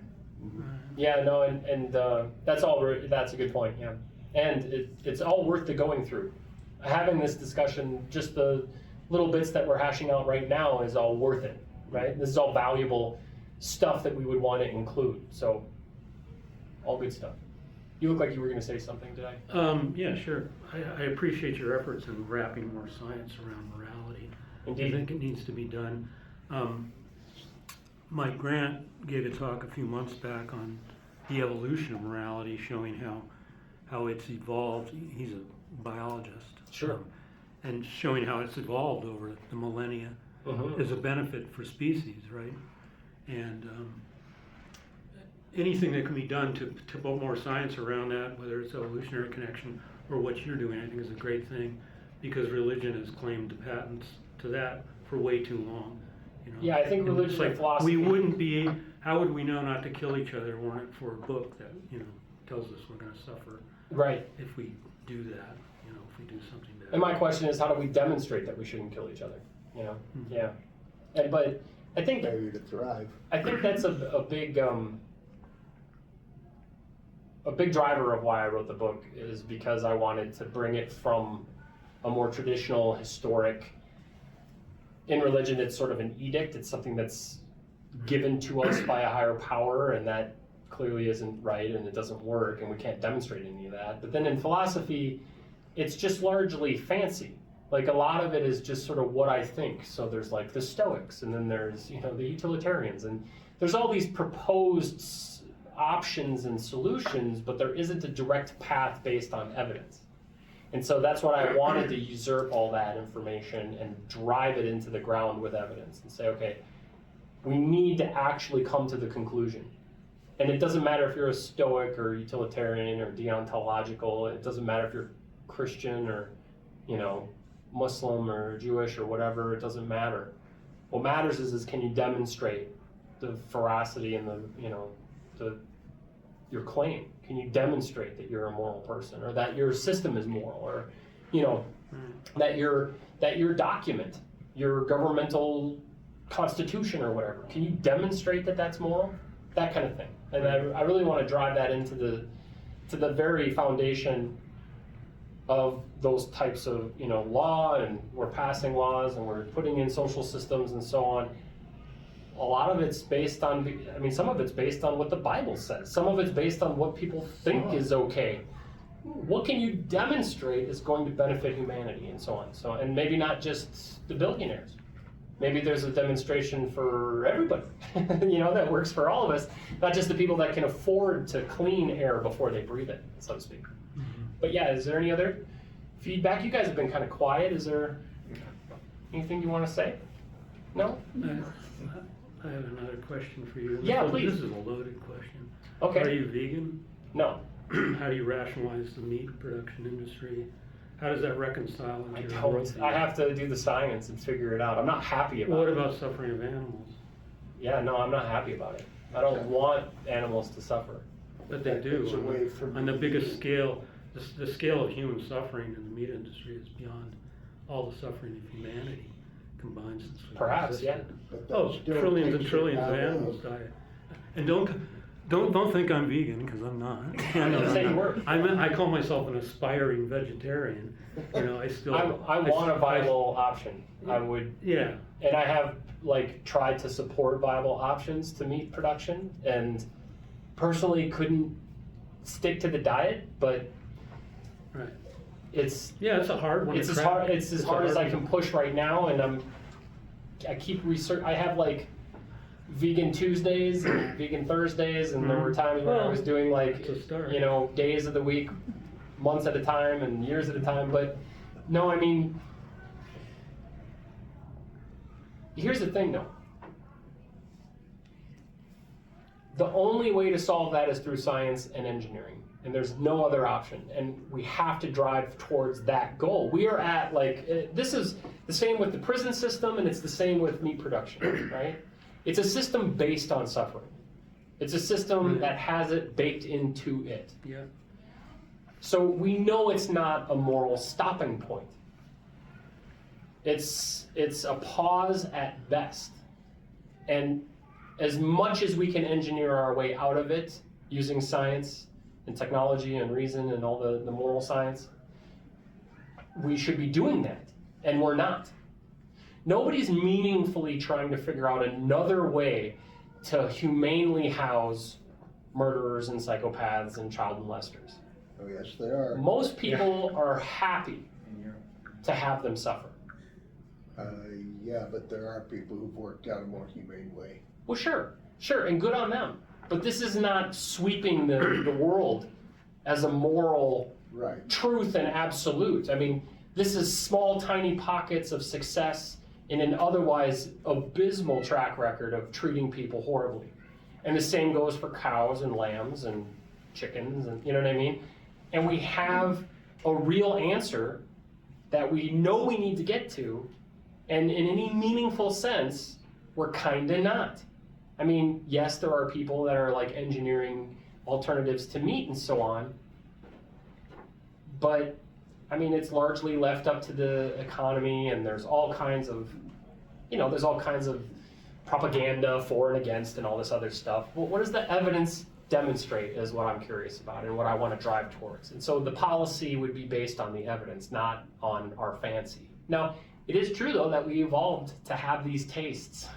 That is going to be really hard to work our way around. I mean, no science can do it, but if you've ever tried to just eat fake meat for any real length of time, it becomes a very difficult endeavor. Not for me. Well, good for you. I've Yeah. graduated to Beyond Meat and Impossible Burgers. Yeah, I attempted the same, and I just had there was a limit. I was like almost gagging, and it's just how it works. And I keep it in my freezer, and I incorporate it into my meals, and I try to wean off everything I can. And it's because of the science. It's because I understand that they're suffering, and that can be demonstrated. So I'm using the science to try and be better. Yeah. But just to be clear too, there are some practices that we may not ever stop doing out of necessity. It may be, for instance, that diesel-powered combines are the only real way to produce food at the scale that we need. Now, I'm not saying that's the case. I'm just pulling something out of thin air, just as an example. We may convert every other form of power production away from fossil fuels except for that one, out of necessity. But driving towards what we know to be the right answer because we did the scientific analysis, the science that I'm suggesting we do, it is worth the doing. And we may come to conclusions that we can't resolve at this time, another pausing point until the technology catches up or whatever, but do you understand what I'm saying? Like, Yeah, but we as long want as- to drive that way either way, and welcome to the world. We're going to be hypocritical for a while, some As of us. long as we're chipping away at the mountain of suffering that's out there. Right? And in a meaningful And it is way. a mountain. Yeah. There's no shortage. Anybody else? Yes, sir. I personally, I don't think there's anything immoral with eating meat because it's part of nature. Other animals cannot exist if they didn't eat meat.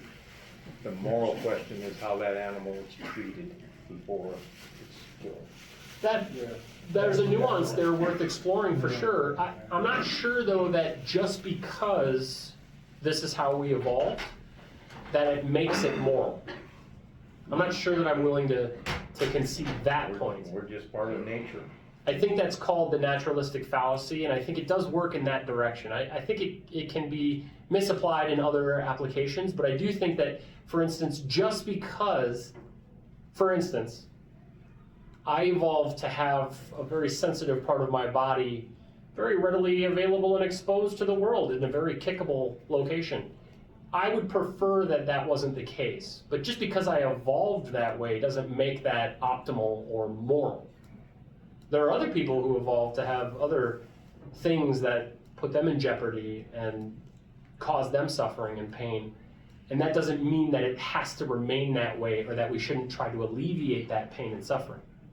Just because it evolved into us doesn't mean we have to accept it as the answer and the moral solution. As a matter of fact, and very, again, kind of generally speaking, science has been the key to easing so much of our inherited pain, suffering, and immorality. I mean, birth control has been a monster in alleviating the immoral fact that some of us get pregnant and some of us do not. That was not our choice. We didn't have any say in that. We didn't have any say in the fact that we must have sex to procreate. We didn't get to choose any of this. That's just what happened. That's how we evolved. But thanks to science, we've been able to give people a moral solution to the facts of their biology. Does that make sense? Like, I'm not convinced, in other words, I'm not willing to concede that just because we evolved to eat meat doesn't mean that we should continue to do it, and it doesn't mean we should not try to find a better solution, one that doesn't involve suffering. But it is true, we did evolve to eat meat. I have teeth that are very specifically evolved to chew on meat, for sure, guaranteed. This is great stuff. You guys are really taking this well. Some people get really pissed off, other people yell at me. I had one guy raise his hand and say something horrible about that child I showed you. I mean, there were some interesting responses. So this is great stuff. What did he Please, feel say free. about the child? He said, how do we know that he didn't deserve that? Oh, wow. And it is horrible. I agree. Well, Somebody ought to go look ask, at his household. but I gotta be honest with you. That response or that question isn't really all that. I kind of get where he's coming from. I don't agree with him, and I would never say anything like that. But if you're an armchair philosopher and you think it's possible for everybody to have their own morality, and you think that suffering might be required just so that you can have flourishing, or this sort of yin-yang idea where in order to have good, you have to have the bad, or whatever, right? If you come from a certain place and you posit a question like that, I kind of get what you're saying. I just wish you hadn't said it. Like, I wish you had thought for another 30 seconds and thought, that's a beaten child, obviously, and I'm not going to say anything that might suggest that we shouldn't care and that we shouldn't stop that behavior and that that's not, you know what I mean? That's would have been my preference for him. But on their path from where they are to where we need them to be, morally speaking, some people are going to have to jump quite a large chasm. It's not going to be easy for everybody, and some people are going to have a real difficulty squaring morality. And some of them are going to say and think really bad things. And I don't see it as that rare. I am repulsed by it, just like the room was. And everybody was like, Jesus Christ, what is this guy talking about?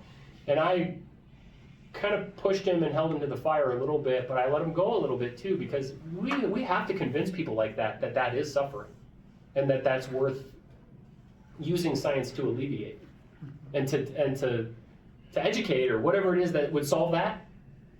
We have to use science and drive towards that solution as quickly and as efficiently as possible, as directly as possible. Does that make sense? Yeah. Yeah. Yes. I was just thinking, I find a little bit of a confusion sometimes between the difference between philosophy and science. I think sometimes Indeed. when like psychoanalysts, they think about like why someone believes in God, like they Sure. because they need an authority, like Sky Daddy, right? It's I need something that's absolutely correct, and and I desire that. It gives me security. Yeah. It feels good to believe 100% that it's infallible. And so when I can imagine someone maybe thinking about the way you're using the word science, and in some of the language like ironclad, Yeah. that what's going on beneath the surface is an appeal to this higher, maybe nebulous, abstract idea of science, and science being like rational arguments, testing, which to me seems similar to philosophy, is also just rational talk about, it just doesn't deal with something like a deity or something, like something you can't see, or a meta consciousness. So Sure. I would wonder if, once your book comes out, if that, and you tour it or you go on podcast circuit and all that stuff, if people would say, well, you're talking about science, Mm-hmm. but even science is sort of like not absolute. It's sort of like, this is what the evidence suggests so far. We learned that Of course, yeah. in COVID times. It was like they were doing the best, but is perfection out there? I mean, do we, like it's an evolved, like there isn't quite an absolute, even though it feels good to have like, science is gonna tell us this absolute morality, it feels like we're still almost, I could see like, it's engaging a part of us that really desires for that parent figure that has all the power and all the authority that we had when we were kids. And we just are all starving for that because the world is chaotic, and things happen. So like, I don't know, that's what I see a little bit when there's such this like, science will save us, You think it's a little bit like philosophy in that it won't save us, or that it doesn't have any basis, or it's a little bit like religion in the sense that we want it to save us in this all-powerful kind of way? Is that what you're suggesting? I'm just curious. I guess that that the science will somehow give us like this unrefutable, for all time, permanent ethical code, when we have like hundreds and hundreds of years of seeing different cultures, different societies, once technologies are introduced, even this idea of like veganism, like is suffering like, a pinnacle of what morality is, or like is suffering just intrinsic to life? Like no matter what, we're gonna step on grass, we're gonna step on bugs. To exist is to cause suffering to someone else. So like, we suffer always. We always will kind of suffer. In fact, sometimes if you don't suffer, that's where you get into trouble the most, sometimes. I don't know, it seems like complex, pretty complex, and to have, if some of the science is from like Pew Research or just kind of opinion, I mean, I said that word opinions, but No, this is what I feel like the people are gonna subjective make. moral data that I collect and suggest that we should collect Yeah, can be called opinion. yeah. And that's not unscientific though, if I collect it in the right way and Yeah. apply it and aggregate it in a scientific way. And even like the founding documents you mentioned for like the US, there was like a wisdom of those founders to know like, we don't know what good will look like, a more perfect union in the future, so we're gonna add this system of amendments where the people can vote. Like, I guess we were wrong to have women not be able to vote. And like, that's worked as this living, it still is just an agreement of people saying, we all agree to be civil, and we're all, I mean, this is we vote and the majority wins, hopefully, like, or like, and hopefully, but if the majority is immoral, then like immorality kind of wins, right? And Indeed, yeah. But the beauty of that was that we can't force people, and that we get to use our. Well, to be clear though, we do Poetry. force people. Well, We they force do. the minority to do what the majority says. So if you want your rights to bodily autonomy in certain states, you aren't going to get them That's right. if you're a woman. Right. And that was the majority implementing Right. and forcing the But you minority. So consent it's to be a a part of this. vehicle to Yeah. force people to do what they don't want to do. But they consent to live in the U.S. Like no. No, they US is- don't. No, you are born into the U.S. under no fault of your Right, own. but like if you go to the border, they're not going to say you can't walk out of here. Yeah. Right? Like It depends on which like border and which to be a region. citizen is to agree. Assuming you have the resources to get to the border, and I mean, okay, let me just give you my thoughts based on what you said so far. Please. You're pointing out that this is incredibly complex, Yeah. and that there is a lot of things that we need to learn, and there's a lot of places to apply the science that I'm suggesting that we apply, and I agree with you. I would encourage you not to get overwhelmed with the complexity as much as to try and simplify the science in the same way that we, for instance, simplify all scientific models.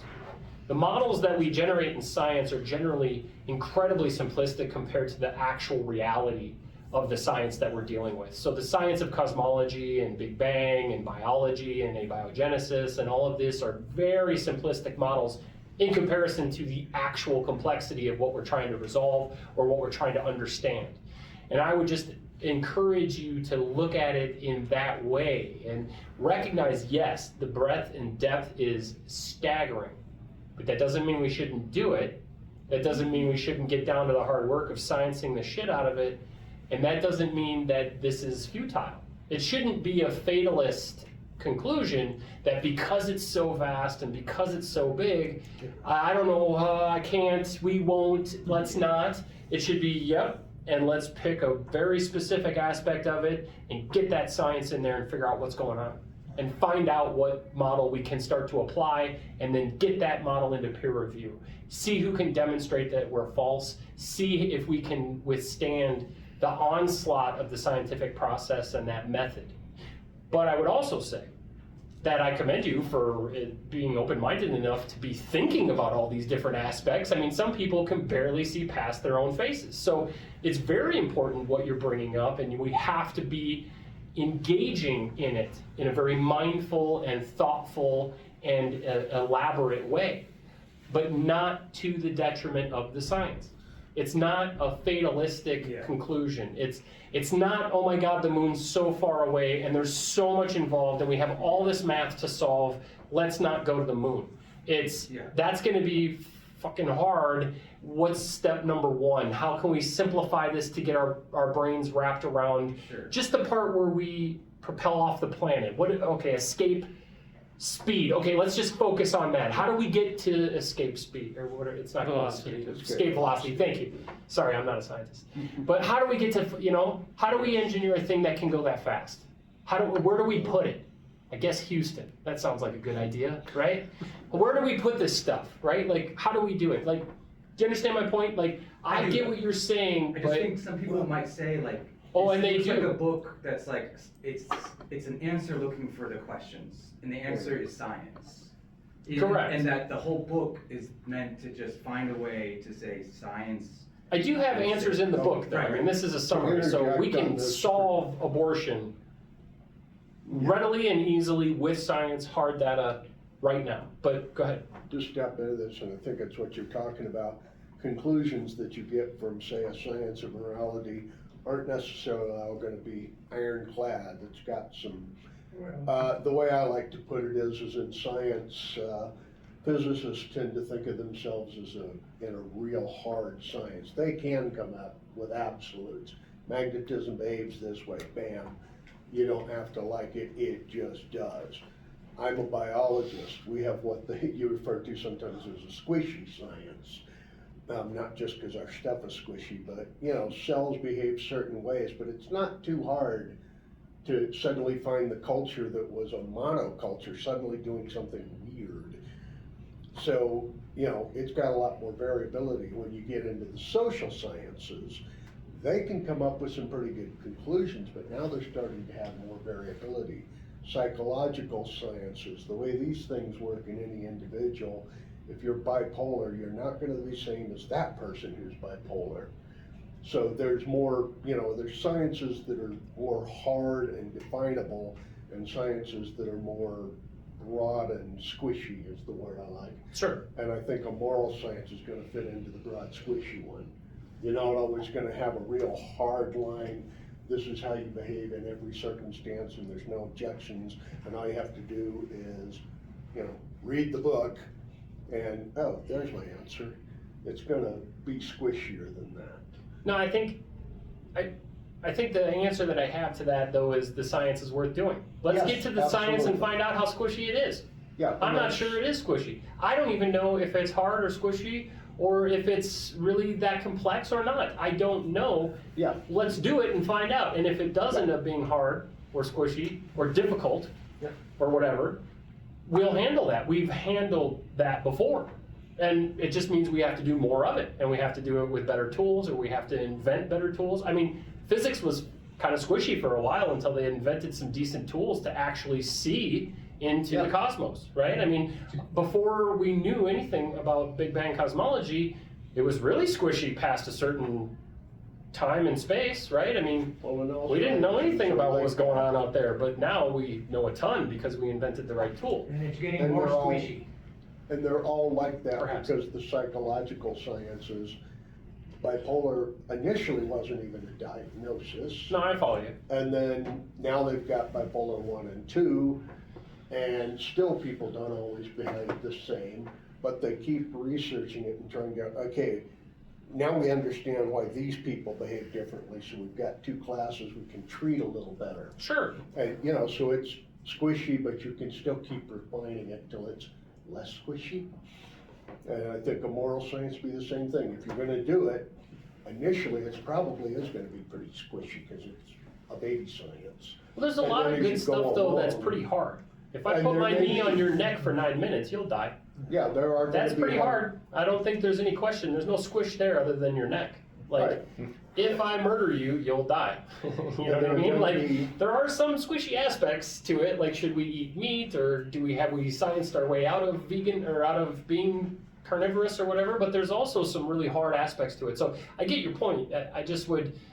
Well, and it's ditto with To the psychology. and degree to which it sociology. leads to fatalism in the sense of, well, it's so difficult or it's so squishy, I don't know that we could even do it, is the degree to which I would say, pump the brakes on that and let's get to the part where we do the science first and then draw some conclusions. Maybe there are some impossibilities. For instance, in space travel, there are some frontiers that we will never overcome. We're never going to escape our gravitational neighborhood, and I can't remember the name of that, but it's like our local group. Solar system? No, Heliosphere or The cloud. heliosphere. no, not our specific. I'm talking about our local group. All of the Galactic. gravitationally bound galaxies in our little space are all the further we could ever go, because outside of that local group, everything's moving away from us at such a speed that it, at least at present, it's impossible. It's never been demonstrated that we could even conceive of a way. That doesn't mean it's impossible, but Right. it's never been demonstrated to be possible as of right now. But anyway, that's just one of those things. Let's get to the part where we know the science so well that we know what we can and can't do and how we are going to do things. Would just be my thing. I'm certainly Well, yeah, you interested in the squish, but not to the detriment of the science, of the No. actual step 1 or 2 or 3. And if, Yeah.